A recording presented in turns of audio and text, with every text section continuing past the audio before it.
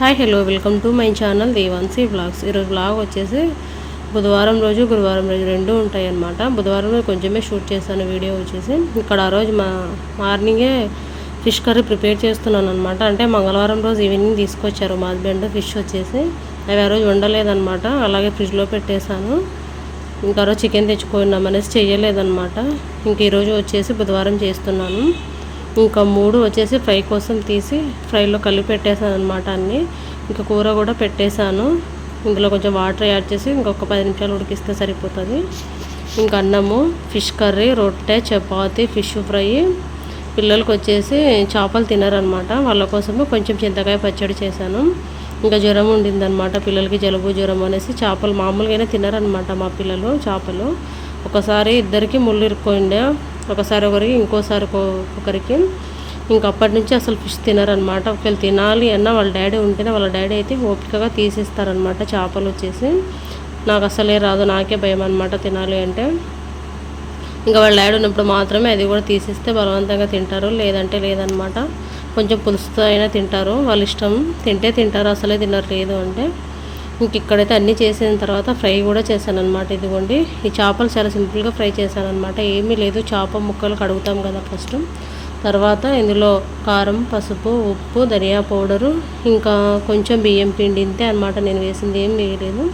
ఇవన్నీ వేసి కలిపి మనం టైం ఉంటే ఎక్కువసేపు మ్యారినేట్ చేసి పెట్టుకోవాలి, ఫ్రిడ్జ్లో పెట్టేసుకోవాలి. లేదు అంటే ఒక అరగంటన మేము పెట్టుకోవాలన్నమాట. మినిమం ఒక అరగంటన్నా పెట్టుకోవాలి. నానిన తర్వాత ఫిష్ అనేది బాగా పడుతుంది అనమాట మసాలా మొత్తము.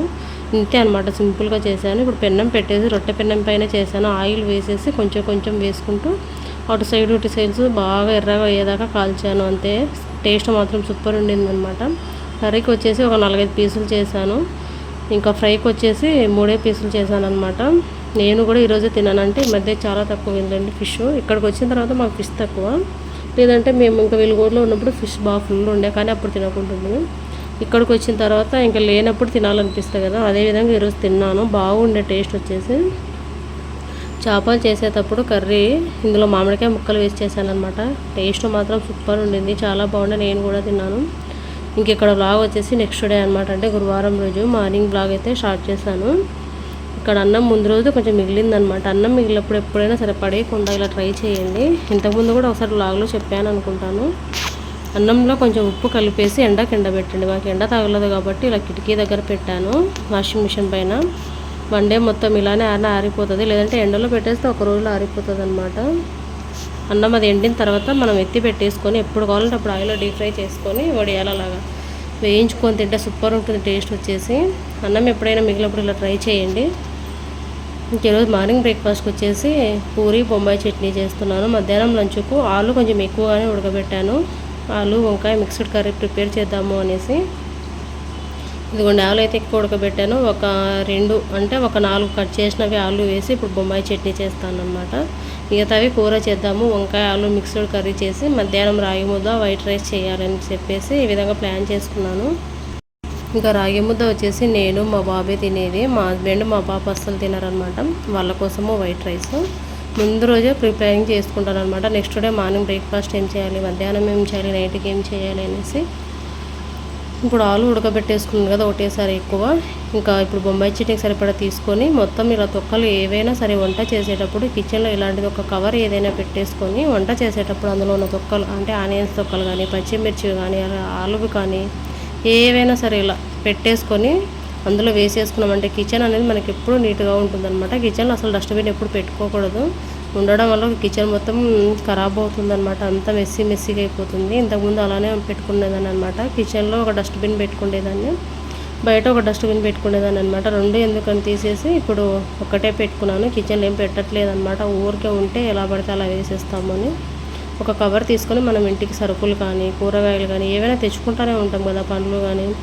అలాంటప్పుడు ఇలాంటి కవర్లు నేను పాడాను అనమాట. అన్నీ ఎత్తి పెట్టేసుకొని ఇలా డైలీ ఒక కవర్ వాడుకుంటూ ఉంటాను అనమాట. డస్ట్బిన్లో అడుగున వేసుకోవడానికి కానీ, లేదంటే ఇలా వంట చేసేటప్పుడు ఇలా తొక్కలు ఏవైనా సరే కౌంటర్ టాప్ ఏదంటే స్టవ్ గట్టుపైన పడకుండా నీట్గా ఉండేలాగా ఇలా అరేంజ్ చేసుకుంటాను అనమాట. చెత్త మొత్తం ఇప్పుడు వెంటనే కవర్లో వేస్తున్నాను చూడండి. ఇలా చిన్న చిట్కాలు పాటించామంటే మన కిచెన్ కానీ, వంటగది, కౌంటర్ టాప్, స్టవ్ అన్నీ నీట్గా ఉంటాయన్నమాట. మీకు చూపిస్తాను కూడా నేను వంట చేసేటప్పుడు నా స్టవ్ ఎలా ఉందో అనేసి. ఆనియన్స్ కూడా ముందే కట్ చేసి పక్కన పెట్టుకున్నాను, కనిపిస్తున్నాయి కదా మీకు ప్లేట్లో. ఇప్పుడు ఇది కర్రీ చేసేసేయాలి. మధ్యాహ్నంకి వచ్చి చెప్పాను కదా రైస్ ఇంకా రాగి ముద్ద, ఈ కర్రీ ప్రిపేర్ చేయాలి. ఇంకా పిల్లలు కూడా ఈరోజు ఫుల్ డే ఉండిందనమాట. మామూలుగా అయితే హాఫ్ డే స్కూల్స్ స్టార్ట్ అయ్యాయి. 10th క్లాస్ సెంటర్ పడిందనమాట వీళ్ళ స్కూల్ వచ్చేసి కేశవరెడ్డి స్కూల్. ఇంకా డైలీ ఆఫ్టర్నూన్ ఉండే అనమాట స్కూలు.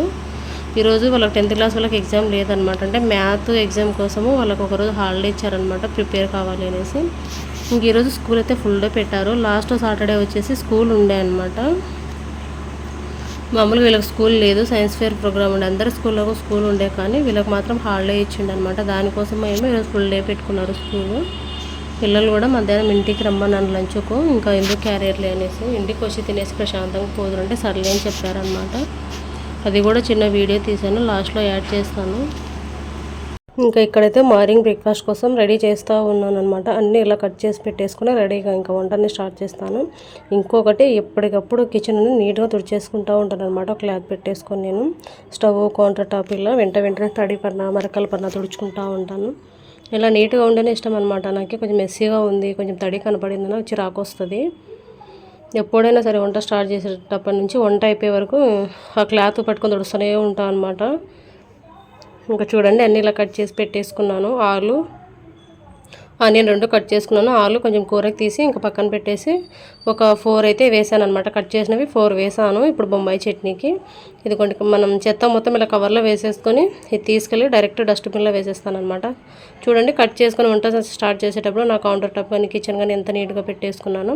ఎప్పటి సామాన్లు కూడా అప్పుడే కడిగేస్తాను అనమాట. ఎక్కువ పడేదాకా ఉండించుకోను. ఇంకా కొంచెం ఉన్నాయన్నమాట, ఒక 2-3 ఉన్నాయి సింక్లో, అవి ఒకటి కడగాలి. వంట చేసేది అయిపోయిన తర్వాత కడిగేస్తాను. పూరి కోసం పిండి కూడా కలిపి పెట్టేశాను. ఇంకా అప్పటికి టీ పెట్టేసుకొని తాగేసాను అనమాట. ఇంకా పాలు కూడా వేడి చేసి పక్కన పెట్టేశాను. ఇంకా బొంబాయి చట్నీ అయితే చేస్తూ ఉన్నాను ఇక్కడ. ఇంకా బాండి పెట్టేసి తగినంత ఆయిల్ వేసి పోపు దినుసులు వేసిన తర్వాత ఇందులో ఇంకా ఆనియన్ కరివేపాకు వేసాను అనమాట. ఇవి ఆనియన్ బాగా ఉడకాలి. ఆనియన్ ఉడికిన తర్వాత ఇందులో కొంచెం చిన్న టమాటా ఒకటి కట్ చేసినది వేసుకోవాలి. కొంచెం పచ్చిమిర్చి కచ్చాపచ్చాగా మిక్సీ పట్టి వేసుకోవాలన్నమాట. లేదు అంటే కట్ చేసి వేసుకున్నా పర్లేదు.